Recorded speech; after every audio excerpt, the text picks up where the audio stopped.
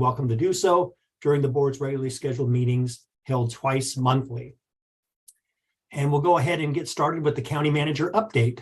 Don. Good morning, Chair Coelho, members of the board. I'm glad to be back after almost 2 weeks in the sun on the Mississippi Gulf Coast. And I have to say the highlight, well, there's many highlights, but I know Commissioner Toyoka will be aware of this, but Pensacola, Florida was definitely one of the highlights. So sun and warm water. I just wanted to remind the board, and you probably saw an email from the state, but it's that time of year where they request from elected officials and from appointed officials that we file our statement of economic interests. And so you'll see that in your inbox, I'm sure, from the state. So just a reminder that that will need to be completed. The other is that we're in the budget process. We're in the process right now of meeting with all the departments, going over their budget requests. I do want to recognize the departments for really developing budgets that are conforming with the board's budget instructions, which was status quo. And so the departments have done a good job, and I think we'll be presenting a budget that is status quo for the Board of Commissioners. We are recruiting and still recruiting for 2 critical positions, one being the finance director, the other being the HR director. And we've had some preliminary interviews for finance. We'll have some follow-up interviews, and we will be having some preliminary interviews for HR director next week. So all of that is continuing to move forward. And of course, the legislative session is in high gear, and we'll be talking about that at the very end, just having a little bit of an open conversation about some of the bills that your board might be tracking. So that's all that I have, Chair Coelho. Thank you, Don. Any questions for the county manager? Commissioner Thompson? One slight correction to the county manager's report. The state doesn't request we fill out that conflict form. They demand we fill out that form. Thank you, sir. Thank you. Any other questions or comments? Thank you, county manager. Chair Coelho, this is Teresa. Amy is running a little bit late, so I was thinking maybe Dawn wants to go into the legislative discussion. Well, and then we might, Amy. Chair Coelho, what we might want to do, as long as Gail is on, we could start talking about the comprehensive plan, if that would be okay. Let's do that. We'll go to item 3, which is the comprehensive plan update. On page 14, our community development director, Gail Henriksen, is here. I'll go ahead and turn it over to Gail. We can't hear you. Oh, I couldn't hear you there, Gail.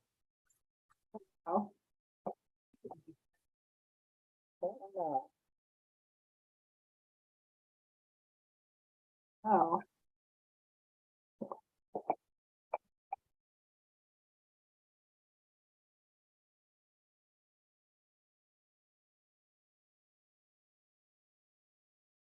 Says I am plugged in. Yeah, can hear you better now. All right, there we go. Sorry about that. All right, so anyway, thank you. I apologize for that.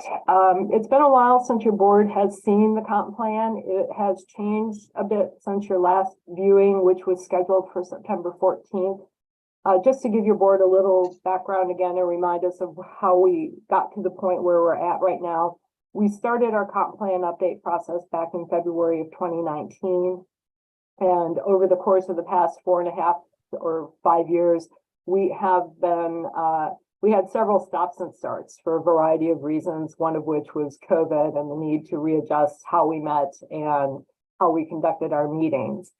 And so we made it through that with our 6 citizen advisory committees. And back in August of last year, the Planning Commission looked at the drafts that the advisory committees had prepared for goals 1 through 14 and goal 19, and also 6 community plans.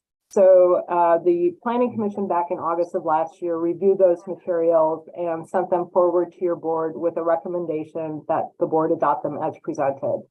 The items, as I stated, were originally scheduled for our first public hearing with your board back on September 14th of last year. And at that time, they were removed from the agenda to give your board some more time to review what was then a much bigger document, and also to give you additional time to provide feedback to staff on the draft that was presented. So since September, planning staff have been working with the county manager to literally go policy by policy through each of those goals and to compare those recommended policies to Oregon revised statutes, statewide planning goals, and Oregon administrative rules to determine what is mandatory for the county to do and where the county has some discretion in what they can put forward in the comp plan.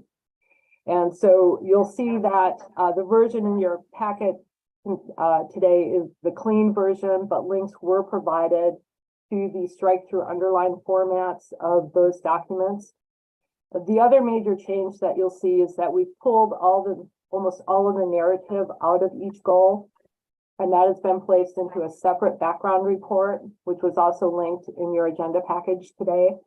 Those background reports still have to be adopted by reference, and I have that directly from Department of Land Conservation and Development. Those are basically the findings that are supporting the policies that are in the comp plan version that you see today. So what we would like from your board today is some feedback about where we're at in the process, what your thoughts are about the draft that's been put forward to you today. Also, you'll notice that goal 5 has been pulled right now from the process. Goal 5 is a very complex goal. It covers many different inventories ranging from historic and cultural resources to quarry and mining, open space, habitat, wildlife, wetlands, and a host of other subjects. So we're going to put that goal on its own schedule, which has yet to be determined. Also, you'll see that goals 16, 17, and 18 are not included, and those were never part of the original update process. And we have requested funding that was approved for this year to hire consultants to work on those goals. They are also very complex.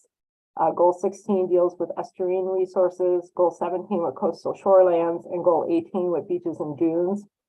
And staff had actually prepared draft RFPs that we had scheduled for review by your board at a work session in October last year. And pending the further direction on the comprehensive plan update process, we pulled those RFPs. We also pulled an RFP to do an economic opportunity analysis to do some additional work on goal 9, which is economic development. And so today, staff is really requesting direction on 2 specific topics. First and foremost, based on the draft that is before your board today for discussion, generally, how are you feeling about it? Where do you want to see it go? Is staff heading in the right direction on this? And what more would you like to see from staff? And then secondly, what are your thoughts about moving forward and scheduling those RFPs for the economic opportunity analysis and goals 16 through 18 for a future work session with your board? So that concludes my presentation. I'm here to answer any questions that you have. Thank you. Thank you, Gail. And I do think it was wise to separate goal 5 out because that can be a very involved and contentious process. And I do appreciate the addressing that separately. And I like the work that's been done here, but I'll open it up to the commissioners and see if they have any questions or comments at this time. Commissioner Toyoka. See. Thank you, Chair Quayle. I had a question on goal 10. Is this the appropriate location for discussing upzoning and how that can affect or how we can facilitate additional housing through upzoning, changing, RA2 to RA1 and discuss, how they could utilize that for ADUs. Is this the appropriate document to address that? Yeah, so anything housing related should be addressed in goal 10. Upzoning, I thought that we had included some policies in there, or at least consideration of that, that we might want to move forward with it. It's not required, so that would be listed probably under a should in the policies. And then the ADU question, we can certainly address it in the comp plan. We are right now, though, moving forward amendments to address the zoning code based on changes to state statute. So we can certainly add it in there, but that portion is already moving forward on its own. Okay, because I saw, you know, I do agree we have upzoning mentioned, but how do we, I guess my question would be, how do we facilitate utilization of that to make more lands available for ADU? So I don't have the specific policy language in front of me, Commissioner, but generally, if the policy states that the county should consider this, you could strengthen that by saying the county shall consider this, or put a time frame on it. You know, within 2 months of adoption of the comp plan, the county shall, you know, pursue all options to upzone property. We steered away from that language generally throughout the revised edition that you see today, just based on previous feedback that we have received from your board. Okay. I was just, you know, I'm within goal 10, just trying to see how we could, as a county, be more aggressive to help facilitate more available land. And Chair Coelho, members of the board, Commissioner Toyoka and Gail, please correct me if I'm wrong, but even as the language is included in the comprehensive plan, there would still have to be an ordinance to actually implement what is stated in the comprehensive plan. So the next step, Commissioner, would be an ordinance that would clarify what those rules were that would then permit that action. Is that correct, Gail? That's correct. We would then have to do amendments to our zoning code to enact that.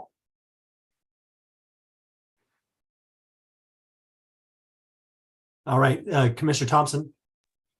Well, thank you. And Commissioner Toyuka, I agree with you. I would hope we would move forward to make more lands available for housing, insofar as it's safe. What I looked for in this plan, which God love us, we've made through 5 years of effort, we're still standing or sitting and still engaged with this. So good for us for doing this. And thanks to all the community members who put so much thought and time and effort into it. Thanks to the staff, thanks to the commissioners. We've all been working on this. What I look for in a comprehensive plan is something that balances out the inherent tension in Oregon land use law. The first priority is public input. And I think that was designed so that the conflicts that exist between someone's property rights and somebody else's idea about what's in the common good could be elevated, could be raised into awareness, and could be worked out productively. That's my hope. And that's my intention as we go forward with this. And that's, I think, the thrust of the whole 5 years of effort that we've had. But the state says, you know, the 10th priority is housing. Well, it isn't like that anymore. So it's time for updating in a couple of ways. I would hope that our comprehensive plan would also scope out the kinds of conflicts that we've had and develop a comprehensive plan that would seek to set a framework for resolving those conflicts productively. I think for the most part, we've done that. Sometimes I thought we got a little deep into the weeds with making specific prescriptions about apply to this particular program with this particular state department. From my way of thinking, that doesn't belong in a comprehensive plan. So I would question that. I don't know if we should be referring to specific programs in our comp plan. That leaves me with the overall question.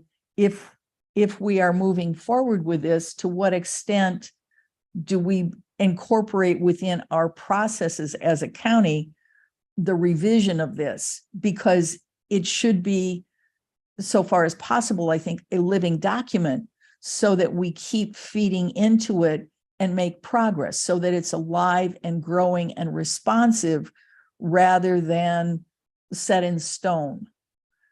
The third thing that I'm thinking about is the conflicts that I have about water in my neighborhood, because I am, first of all, a resident of Clatsop County. And when I consider the fact that my water has had E. coli, my water has had heavy metals, I have a well that my local system directors put into place that hasn't been, I would say, properly maintained in terms of readings taken and reports made to Oregon Water Resources Department. But the most troubling part of all to me is that when I read what we have to say about water, my concerns as a resident, I don't think were addressed. And because this system is registered in Tillamook County, I don't even hear about it. I don't hear about it as a resident. I don't hear about it as a commissioner. So that's going from the big scope to very granular and personal, because I think that's how I do validity testing in this.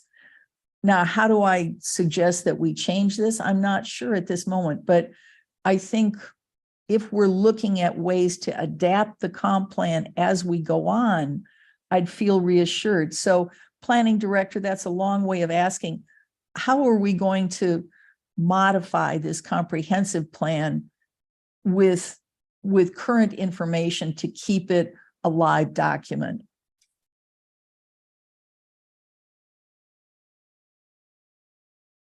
Sure, I would think the Yeah, first Kate. answer, Oh, go ahead.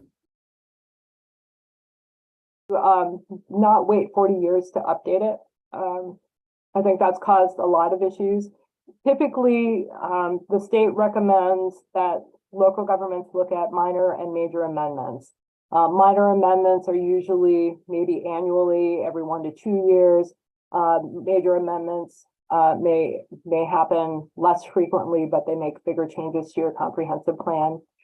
We have to keep in mind that while we can amend the plan at any time, it is our foundational document. And so we don't want to put ourselves in a position where we don't update it, but conversely, we don't want to look at updating it every month because a new report's been released. So it's that balancing act of maybe an internal review every 1 to 2 years with a complete major review and overhaul every 5 years to keep it fresh and relevant. But it is a balancing act, and it's always a snapshot in time. It will never reflect what's happening right at the very minute that you're looking at it. Follow-up question, if I may, Mr. Chair? Absolutely. Well, good. I think that's a good idea. I would say that I have attended in the last week 2 workshops by the Department of Land Conservation and Development on rising sea level, which for people who live on the coast, pretty much a everyday kind of issue for us, especially when the king tides come in to remind us that there's a whole lot of water very close to us that can come and be part of our everyday reality. So last night was in Arch Cape, and the chair of the Planning Commission, Chris Farrar, was there, and we were talking about dealing with this by having joint work sessions of the Planning Commission and the County Board of Commissioners. So I wonder if it's a useful process if we as a board say, let's use our Planning Commission to work with us on some periodic basis so that we aren't kind of putting it out of sight and out of mind, but we're saying right now, yes, this is our best thinking right now, and we want to make provision to continue to adapt on a thoughtful and regular basis. Thank you, Mr. Chair. Thank you, Commissioner Thompson. Any other questions or comments at this time? How are people feeling about the direction that we're going and the work that's been done? I feel good about it. I think that Community Development Director and the entire staff have put together a good document, and I think we're going about this the right way, and I'd love to progress and move forward. Commissioner Thompson. Sorry, I have a third thing. Community member last night expressed concern about the proposal to make the planning areas, I want to say congruent with commissioner districts. The concern was District 5, goes from the ocean to the Columbia County line. And the idea was that there are community members, particularly in southwest part of District 5 around the ocean, who have been very involved for a long time, very committed, are subject matter experts, are passionate community advocates for, I would say, responsive planning policies. So there's a community feeling, a strong community feeling, I would say, for not moving in that direction. That leads me to consider another part of the document, which is urbanization, because I have been singing the song to urge my neighbors to consider incorporation. Because in my mind, the level of services that they want and believe they need are only possible in an urban entity. There's a reluctance to engage in that. And the idea is the county should do this for us because we pay taxes to the county. My protest that the level of taxation that the county imposes and the revenue received from that is not adequate to provide the services they desire. So as we look at the comprehensive plan and we look at urbanization, I'm not quite sure how to say this. There are folks who I think would tie the county up in knots rather than do what needs to be done, which is consider increasing urbanization. We can't make people, or can we? Can we make people? Can we say, you know what? If this is what you want, this is what you have to do? I don't even know. It's just a question. What level of authority do we have to nudge people or urge people toward urbanization if what we see is they're asking for what we can't give them with the level of taxation we have? What do you think? Chair Quayla, Commissioner Thompson, what I would say is that, counties just by tradition and by statute provide countywide services. And that is the limit of what the county does. And so within that bucket of countywide services are service levels that are uniform over an entire county. And so as any area wants different service levels, I think the only pressure point we have is to be consistent with the fact that we only provide countywide services and not to get into the urban services realm. It creates tax equity issues, and it just erode service levels that are more of a countywide nature when we try to do that. And so I think that that's the only lever that typically counties have, is just to be disciplined and diligent about drawing a line between those countywide services and those municipal services. And there are vehicles, whether it's through incorporation or it's through, single purpose special districts, that different areas can meet some of those service needs, but they're not without their own headaches and their own work. But I think that counties have made a very specific line between municipal level services and countywide services for those very practical reasons, which a lot of it is just founded in the tax equity issue. I don't know if that answers your question. So I think I'm glad that Commissioner Thompson brought it up, and I really appreciate your answer, County Manager. I think that is so important, that we are equitable and that we are limited in what services we can provide throughout the county, and it should be consistent. Commissioner Bangs and then Commissioner Toyoka. Commissioner Bangs. I agree with the direction that this conversation is going in regards to equitable services across the county. And to that point, I also hesitate to call out certain communities and create special plans, I guess you'd say, to serve just a small unincorporated community. Because if we start doing that in, say, Commissioner Thompson's area, then we would have to start doing that across our county in order to follow that equitable acknowledgement or that equitable service theory. And so I just, when I look at our comprehensive plan and I look at how we conversed about redrawing lines, I just really want to focus on what one region gets, the other regions must also get. The attention that one region gets, the other regions must also get. And acknowledge the fact that it is not a municipality level of service that we can provide. We don't have the financing or the staffing. And so that any decisions that we make moving forward, that we make them as the unincorporated county as a whole, and not calling out a specialized small portion of our county to receive special services. So those are just my thoughts. And so I appreciate how County Manager answered that question. And I just appreciate the direction that this conversation is going. Thank you, Commissioner Bangs. Commissioner Toyoka. Thank you. I just wanted to directly answer your question, Chair, that yes, I appreciate the direction this is going in.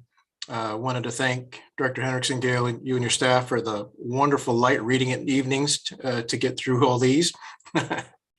Can't believe it's, it's a huge volume of documents, but I really appreciate the red line because then we see the iterations one after the other.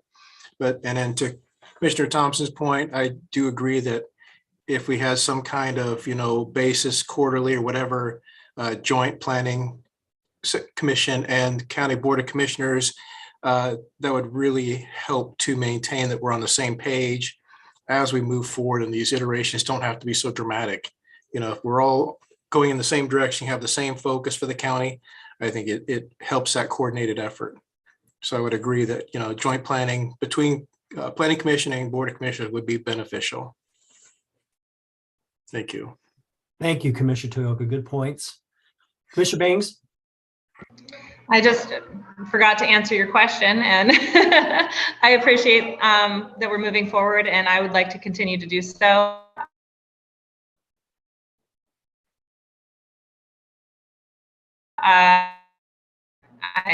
We're very, very put this off of our plate for a short period of time. So.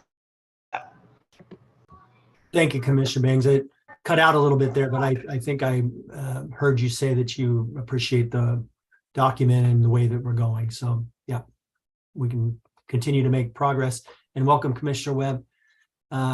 We are talking about the comprehensive plan, and do you have any comments or questions directed to our community development director? Yeah, thank you, Commissioner Webb. Any other questions or comments at this time? Chair Quayla, if I might, I just want to Yes. make sure that I understand and what the direction is. So part of the recommendation was that if the board is okay, that we would then, provide notice to the state and then send this back to the Planning Commission. And so it seems, from what I'm hearing, the board's okay with that. And so Yes.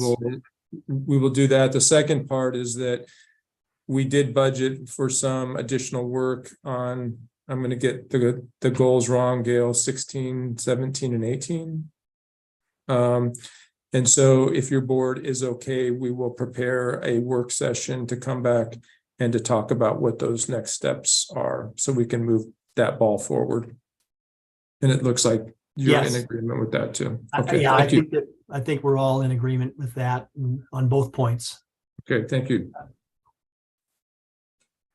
Anything additional on this? Director Henriksen, did you have anything you wanted to add? Yeah, just thank you for your time.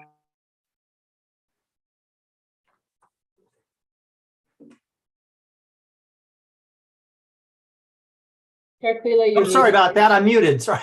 My apologies. Thank you so much, Director Henriksen, and we'll move on to the next item, which is the biannual Clatsop Behavioral Healthcare Update. It's on page 3 of the agenda. And I see Executive Director Baker is here, so I'll go ahead and turn it over to Director Baker. Chair Quila, County Commissioners, thank you for the opportunity to present to you today. I'm sorry I was a little bit late. I was so excited to see you all in person, and then of course completely missed the fact that it was on Zoom. So much for that excitement. It's still nice to see your screen faces. So Teresa, can you hook me up? I believe you should have capability to share your screen. All right, I got it. Okay.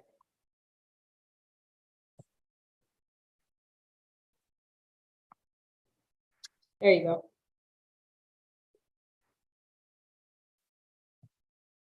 So, just wanted to give you today like a snapshot of services that we're providing, kind of how we're doing overall, and then some of the new projects that we've been working on that are pretty exciting.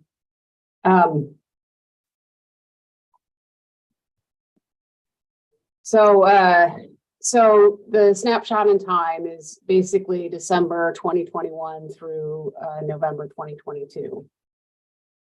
And these are not mutually exclusive numbers. There's overlap between the different programs, but this like gives you a perspective on all the various folks that we're serving and have served in the past year. Within our outpatient services, it's been a little over 1,800 clients served. Our DD program has been about 238, and DD stands for developmental disabilities. Our crisis and outreach has been 548 individuals. There's a lot of crossover between crisis and outreach and outpatient services. Often we will intercede with folks, and the crisis and outreach, that basically entails our mobile crisis team, our law enforcement liaisons, and our recovery allies, who are doing outreach in the community, trying to get folks into care who need it, but may not be at a place where they're ready to walk through our doors yet. And then the 27 is the number of folks that we served at the North Coast Crisis Respite and Residential Center. This just gives a little snapshot of our outpatient services that we average around, pretty much around the 600 people per month, sometimes a little over, sometimes a little under, and the number of hours of service for each month.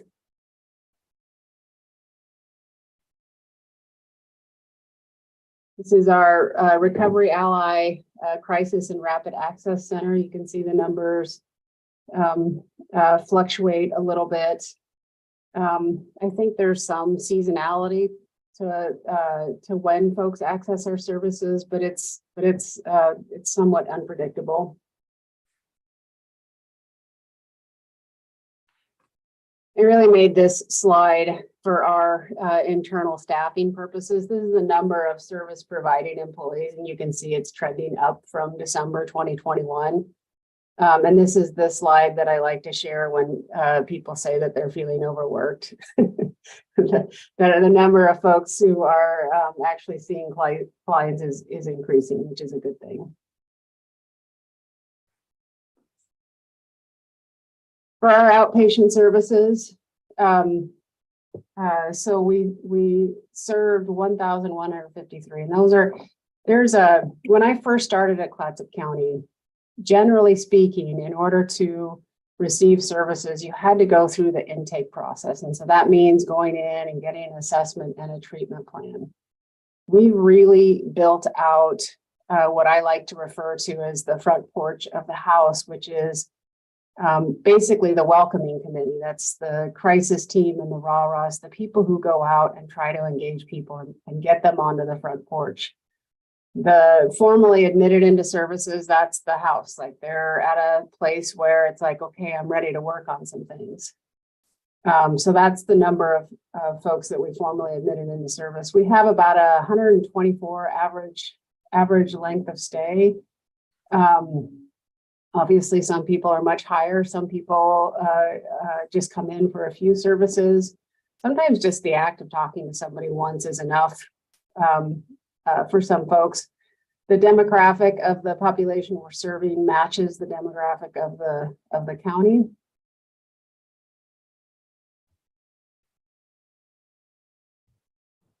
We talk a little bit about some of the new programs that we're working on.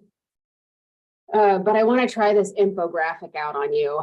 I've been working on this with my leadership team and some of our peers.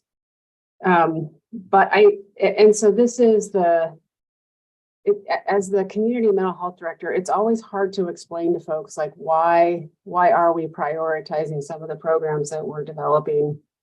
And I think this infographic helps explain that.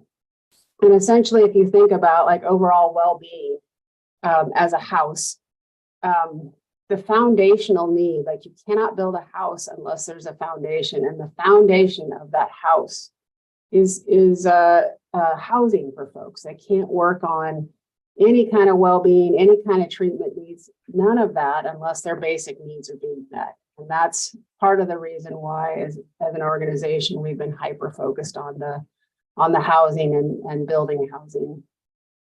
There's also an aspect to psychological safety and physical safety. Again, like in order for humans to exist in the prefrontal cortex part of their brain and to get out of the amygdala, the fight or flight part of the human brain, you got to have safety so that you're not constantly responding to threats. And if there's anything the pandemic has taught us over the last 3 years, is it's not good when everybody's living in their amygdala. People tend to be more reactive. It's hard to get into that grounded safe space. I've changed the love and interdependence to love and belonging. Absolutely every human being needs that. It's a fundamental and core need. And sense of purpose. I've actually changed that too. I think contribution to community. Everyone needs to feel like they're contributing to the betterment of society. I don't think it's good for anybody to not figure out how to contribute in some way, no matter how small or big that is. And then connection to something greater than ourselves, whether you call that spirituality, whatever you call that, it's the thing that draws us out of ourselves and out of our own heads and makes us see that we're part of something bigger. So with that, I'm going to dive into some of the new programs that we have started offering or are working on. We're either offering them now or we're working on them. I'll start with housing because that's kind of the big announcement. So we, as you probably remember, had been working on the site between KFC and Motel 6. The barrier there was that the KFC was not giving their written permission for us to develop, which was part of the title that has come with the property. Since I last met with you all, KFC has given permission for us to develop. We've received 2 grants from OHA totaling totaling 4.7 million. And then we're in the process of applying for a $9.8 million grant from Oregon Housing Community Services. And that grant is due at the end of March, and we'll be asking for a letter of support. I'm very excited about that. If we're able to pull in that grant, there's a small gap that I think we should be able to fill, but if all goes well, we may be able to break ground as soon as a year from September. The other exciting news, as I'm sure you've all heard, is that the Seaside Red Lion site has been purchased by Care Oregon. They're in the process of enlisting help around designing what that's going to look like. And we believe the 20 units of permanent supported housing there will be the first to be occupied. So we're hoping to start moving folks in as soon as next January. And Trillium House is also preparing to, that's the formerly Chelsea Gardens in Warrenton next to Home Depot. We have, they're preparing to lease up. We have 5 units dedicated to our clients. And then we're also opening the Seaside Transitional Housing Program. We hope mid to late April. We're in the process of hiring for that now. So this is really quite a significant improvement in terms of being able to offer our clients stable housing, housing in which they can that they can be safe and supported and flourish and be a part of the community. To go from almost no units of housing to, I don't know, we're probably somewhere around between 60 and 70 once all of these come through. Like that's a really significant shift. We're expanding our substance use treatment services. As of about a month ago, we started providing medication-assisted treatment in the jail. This is huge. It means that folks who are suffering from opioid disorder, we have the chance to get to them before they're discharged from the jail, get them on medication so that they can transition smoothly from jail into our services. Our medication-assisted treatment program, when we first started it 4 or 5 years ago, went from 30 clients and now we're pushing 100. And we just started a contingency management incentive program for methamphetamine.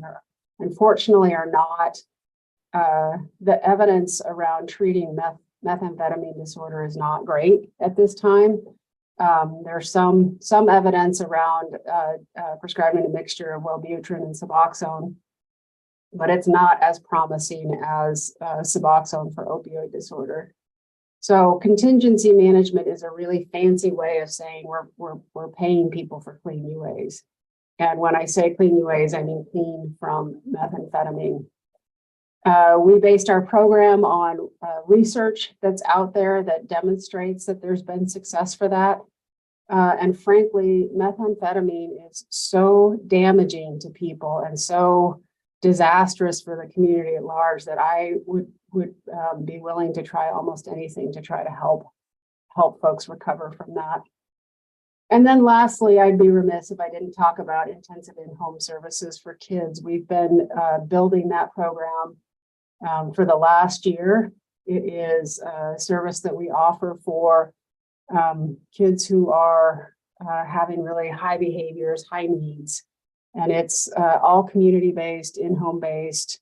And it's and we're starting to see some really, really positive effects from that. And that is all I have for my presentation. Are there any questions for me?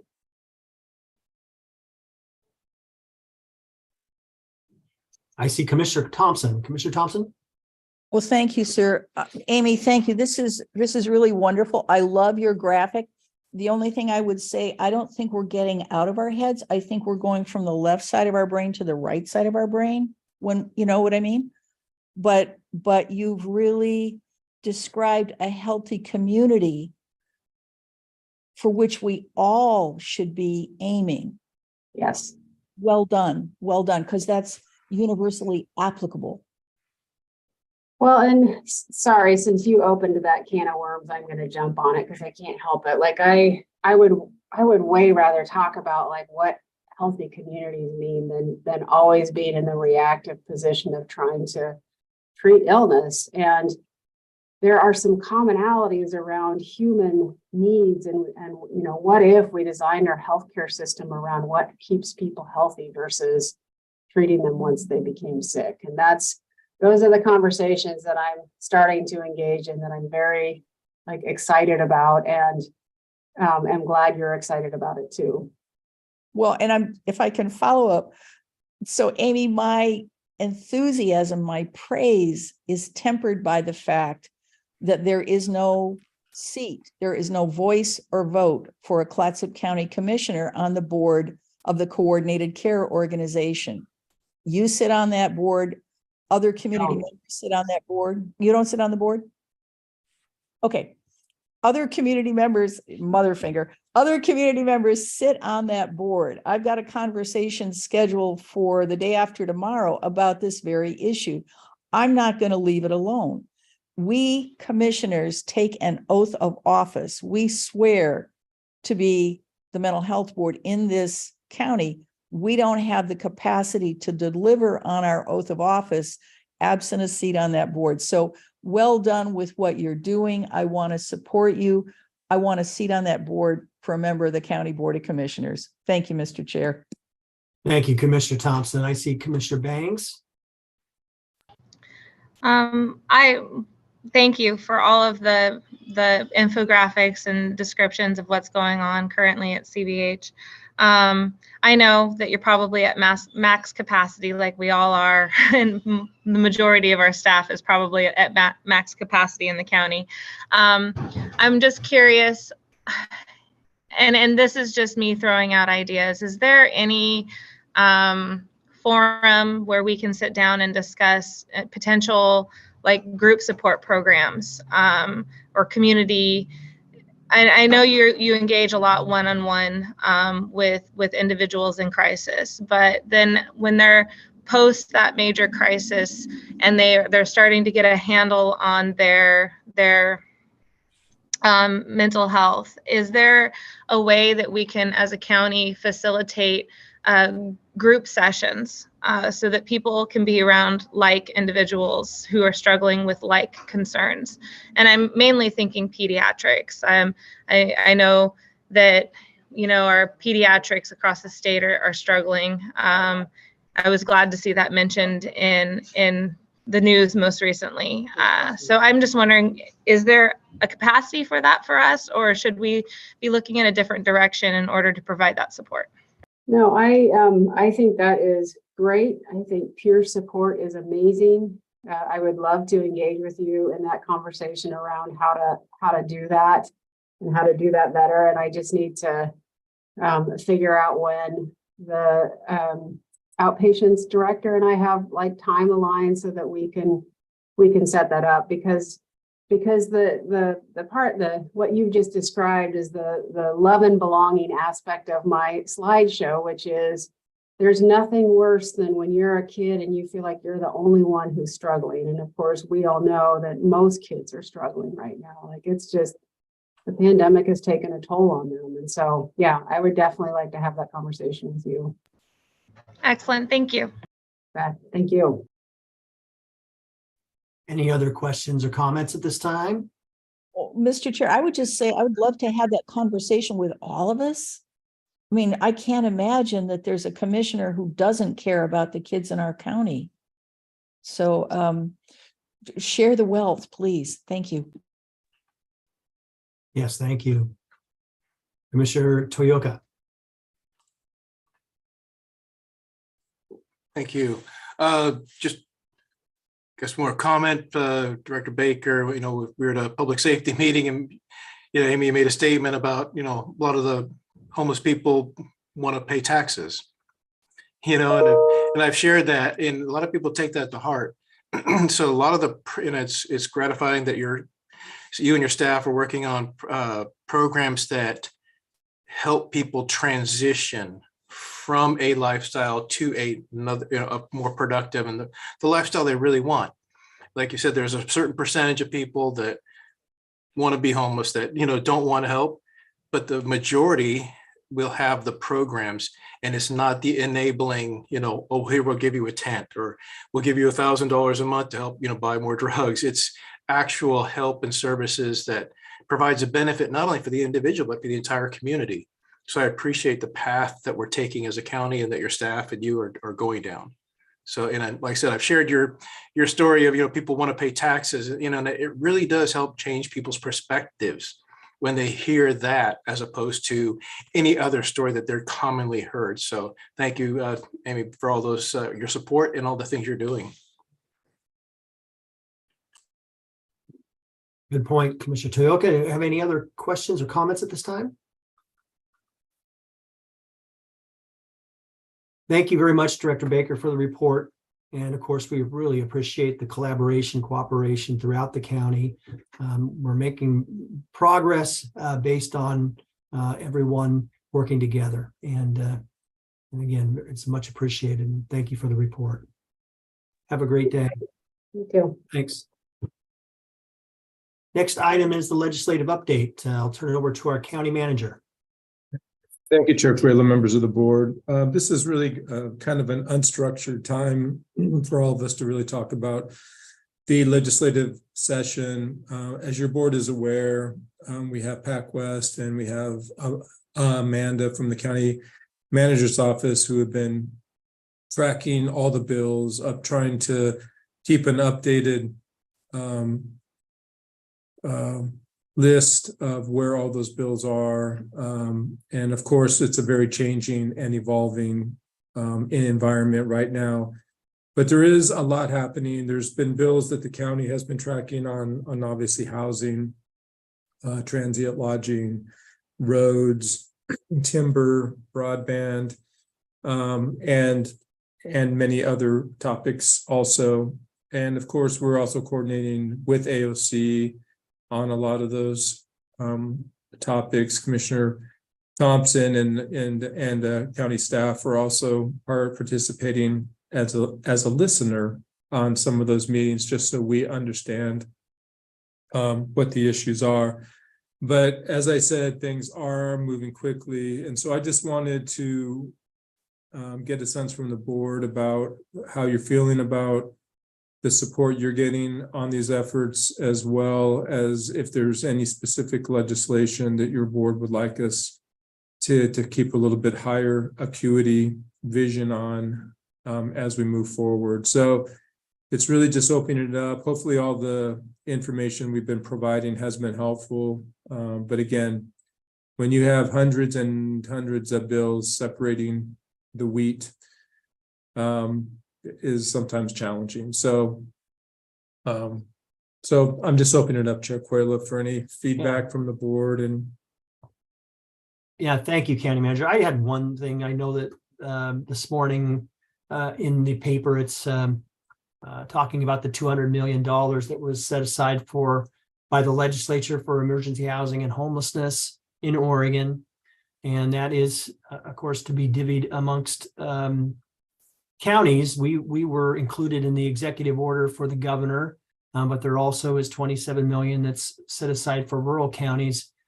I guess I would ask the group and you, what can we be doing? I mean, to lobby for a portion of that funding. Certainly, we've told this through PacWest before, and they've been specifically looking at operating funds for Project Turnkey at the Columbia Inn. But what else can we be doing in order to make sure that this funding gets where it's needed? And certainly we don't want to be caught in between where we got included in the executive order, but there's no funding for us. And then other rural counties that were not included in the executive order are going to have some specific funding. So just maybe some thoughts and any advice folks might have. I'd be curious. County Manager.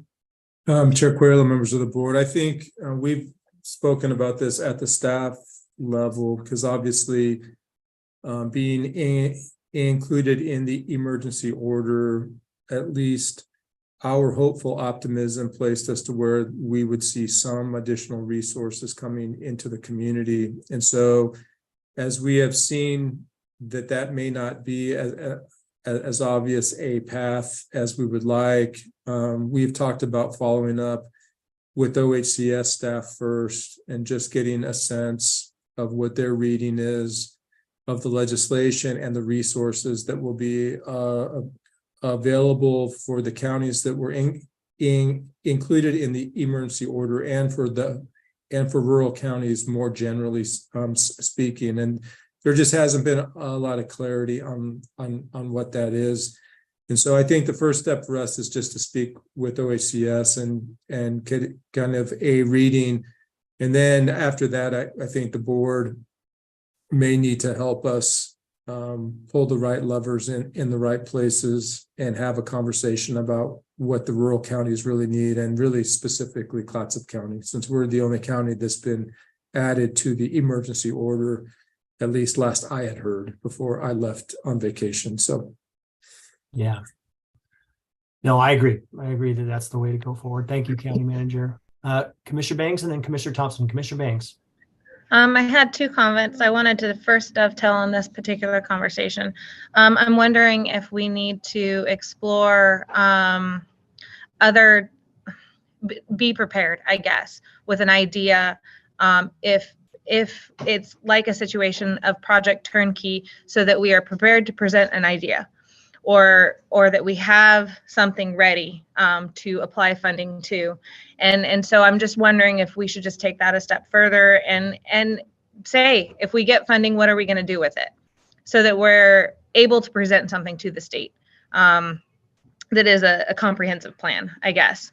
And if we do so, I'm interested in maybe trying to find something that has a lower barrier than Project Turnkey, so that we are developing a stepping stone type situation for folks in our community, off the street, low barrier, Project Turnkey, moving into housing, so that there's a full path for folks. And so that's just the thought process that I'm having. And then the second one was just along the lines of, I think that Amanda is doing a great job. I love her emails. They are very descriptive. They're very helpful. There's links to go to read the bills, but also links to sign up for testimony. And it's just been very beneficial. Moving forward, I personally would like to still focus on pediatric mental health, or anything that'll help increase our mental health situation here in Clatsop County. And then also continue to focus on any timber concerns and natural resource concerns, and education. I'm very kid focused right now. And so anything that impacts our kids would be stuff that I'm continued to be interested in. And I just want to shout out to Amanda. Man, you're doing a great job. Keep up the good work. Thank you, Commissioner Banks. Does staff have any comments? Chair Quayle, members of the board, Commissioner Banks, what I would say is that yes, I mean, we do have a list of what we would desire. And part of that is to really fortify and to reinforce this continuum of housing options that would certainly include permanent supportive housing, that would include Project Turnkey as an emergency shelter, which is a little bit long-term and a little bit more independent. But we do need emergency shelter beds that are more in alignment with the warming shelters. And so we need all of that to really make the system whole. And so I think part of our funding ask is to really focus on the integration of all those different levels as we move forward. I appreciate, can I moment to respond? Yes. I appreciate that. Everything that I've been learning regarding our houseless situation, I've learned that Helping Hands has a barrier or a threshold, and that there is still a gap below Helping Hands. And so that's where I feel like I would love to focus, me just personally, is to try to close that gap as much as possible and offer as much assistance as possible to our entire demographic. But thank you. Being prepared is best in my opinion. So I appreciate it. Thank you, Commissioner Banks. Commissioner Thompson? Thank you, Mr. Chair. Agreed about the direction we're heading, agreed about the excellence of staff. The problem I see is my capacity. I mean, I went to AOC, it was a 12-hour day Monday, because the meetings start at 8 o'clock, and that's, there were meetings on Friday online, right? They start at 8 and they go till probably 3:30, 4. And then Monday, they're in person in Salem. They start at 8. There was an open house and legislators and state agency folk came. Other counties are participating. They are physically present. Now, I'm there for Clatsop County pretty much every time, but colleagues, I could use some help because there are limits to what one person as a commissioner can do. If we were able to have more commissioners both attending AOC meetings online, physically present, and we are coordinated toward a common end. Because sometimes there has been the occasion when there have been comments made, public testimony made, that really, I think, throws the county under the bus. This habitat conservation plan that will devastate our economy. We weren't unified on that. And that's an issue, because if we don't have more of us showing up to talk about what we see as what is the interest of Clatsop County commissioners in being able to provide for our people and our place with state agency folks, with legislators. I had a chance to talk with Rep. Pham about traffic safety, because when we want traffic safety on Highway 30 and 101 and 26 and every other place in Clatsop County, we have a certain strength of our own unified voice. We need allies in the urban areas, and AOC is where that can happen. The effective lobbying happens in the Capitol. I'm trying to talk with Rep. Evans. I'll do that later this afternoon, I hope, about his efforts to support volunteers, because we've got volunteer firefighters who desperately need help. I've been working on dormitory housing for firefighters. Rep. Evans has some bills about supporting volunteers. I mean, we're not going to have volunteer firefighters if we don't find ways to help them, not just with housing, but with other creative methods. So in terms of capacity, how do we as commissioners with limited capacity, staff with limited capacity, yes, we're doing good work. Is there a way we can coordinate more effectively? I mean, do I have to go between Salem and Astoria more? Do I need to sit with staff? I'm looking for ways that we have a more unified presence. Thank you, Mr. Chair. I have more questions than compliments, but there are a whole lot of compliments for staff and my colleagues doing what we can. Thanks. Thank you, Commissioner Thompson. Yes, we do appreciate all you're doing and all that our staff is doing. And certainly at the last Board of Forestry meeting, we heard that Clatsop County was a strong presence and made an impact. So I appreciate everybody's testimony, and both written and in person. Commissioner Webb. Yeah, thank you. I think that one of the things that we have to be aware of is that Alyssa Gertler, the executive director of NOHA, has been appointed to the governor's task force on housing, which is I think a wonderful opportunity for us, because that group is going to be going kind of beyond the present legislative considerations, and their mandate is to be very creative in terms of what some of the options are, especially for financing in our various kinds of housing needs. I think we've become painfully dependent on the federal tax system for financing our housing, and I think this group is going to be looking much broader. So I think we need to be paying very close attention to what that group is doing in terms of our own creativity in what kinds of resources might be helpful to us in the future. So thank you. I think that's a good point, and we're certainly going to have a benefit having Alyssa Gertler as part of that of the governor's group, and that's that's a big development for Clatsop County. Commissioner Toyoka? Thank you. As I guess I get back to county managers talk about, the homeless initiatives. And always keeping in mind, it has to be a coordinated effort with the cities. We just don't want to transfer people from location to location because of programs we can, facilitate in one area or another. We always have to be mindful. We need to coordinate with the city so we can address it unilaterally instead of, like I said, adjusting the populations.